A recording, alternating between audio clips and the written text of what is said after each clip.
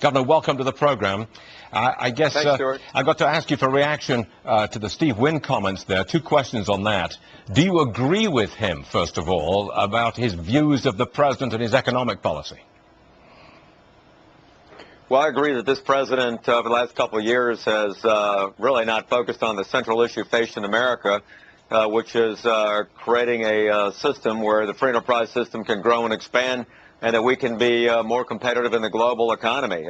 They've micromanaged the free enterprise system. They've overregulated.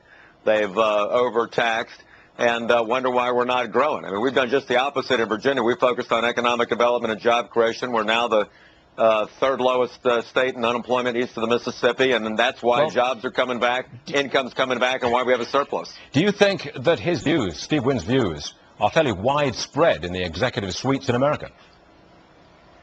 Absolutely. From the entrepreneur to the large businesses, they don't see a coherent economic strategy out of this administration that understands the basic principles of the free enterprise system. To me, if you keep taxes and regulation, litigation low, you have strong right-to-work laws and great long-term research and development in universities, you're going to grow. And we don't see a lot coming from this administration that respects that. In fact, it's just the opposite. It's more unionization, more litigation, more taxation, and more regulation. That's just the opposite of what we need. $311 million. That's your surplus in the latest fiscal year. Real fast, Governor. Can you tell us how you did it?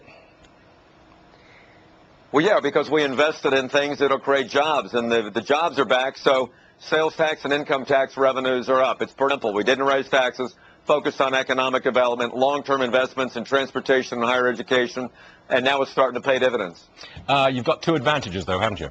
You're close to Washington, D.C., which is the home of a lot of high-paying federal jobs. That's good for your tax base. And number two, you can only run and stand for one term. So you don't have to worry about being re-elected. I believe that's an advantage, is it not, Governor? Well, there's certainly some freedom in that. I'd love to have another opportunity, but I got 2.5 good years left, Stuart. Hey, but look, on the federal numbers, yeah, the fact that we're close to Washington, D.C. Is helpful, but 94% of our job growth has been private sector. It's not government jobs at the state or federal level. We just created an entrepreneurial class and a good environment where people want to grow and expand and take risks. Speaking of that, Governor Rick Perry of Texas, he is going to run, isn't he, Governor? Well, I've talked to the governor a few times. I think he is going to run, very isn't he, Governor? Well, I can't speak for the governor, but I'll say two things. One, he's got the best job creation record in America, and he's got both Tea Party and evangelicals interested in his campaign. So he'd be a good unifier for our party. He's a great messenger, and he's a tough guy. He's the guy that you're supporting. No, I'm supporting either a current or a former governor. I'm not going to make any decisions until after our November elections in Virginia, but I hope a chief executive, a governor, is the one that we nominate, because they got to be decisive. They got to balance budgets and do just the opposite of all the delay and obfuscation we've got in Washington now. So Perry'd be a good choice. And he is running, isn't he, Governor? Yeah. Sorry. You'll have to ask Rick. I think he's close, but he'd be a good leader and a good choice and a good alternative to President Obama, who's doing just the opposite of what we need to do to create jobs. Governor Bob McDonnell, Virginia. Thanks for joining us, sir. Appreciate it. All right, Stuart. Thanks.